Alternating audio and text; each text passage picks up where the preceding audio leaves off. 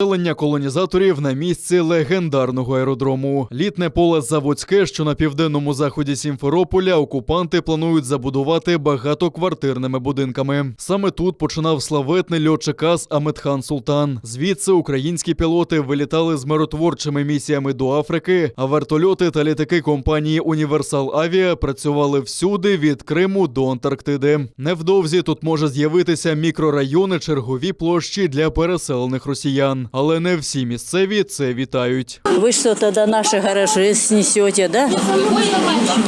Так получается? А земля-то у меня приватизирована там. Как вы думаете? Я отрицательно. Меня устраивает то, что даже аэропорт, пусть там и самолеты, вертолеты летают, мне не мешают. Просто приятно. Где потом люди будут заниматься тем же парашютным спортом? В аэропорт центральный далеко ездить. Не совсем удобно.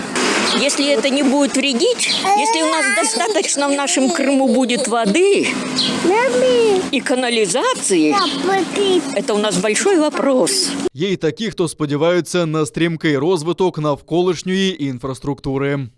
Пусть строят. У меня здесь недалеко дом, но все равно. Лишь бы дороги были хорошие. Это транспорт.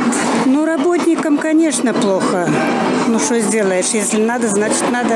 Те, що окупантам литовище не потрібне, стало ясно давно. До окупації тут тренувалися українські пілоти, але за останні 6 років компанію «Універсал Авіа» майже не фінансували. Гроші дали тільки, щоб замалювати триколорами українські прапори. А працівники аеродрому навіть марно жалілися російському диктатору Владіміру Путіну.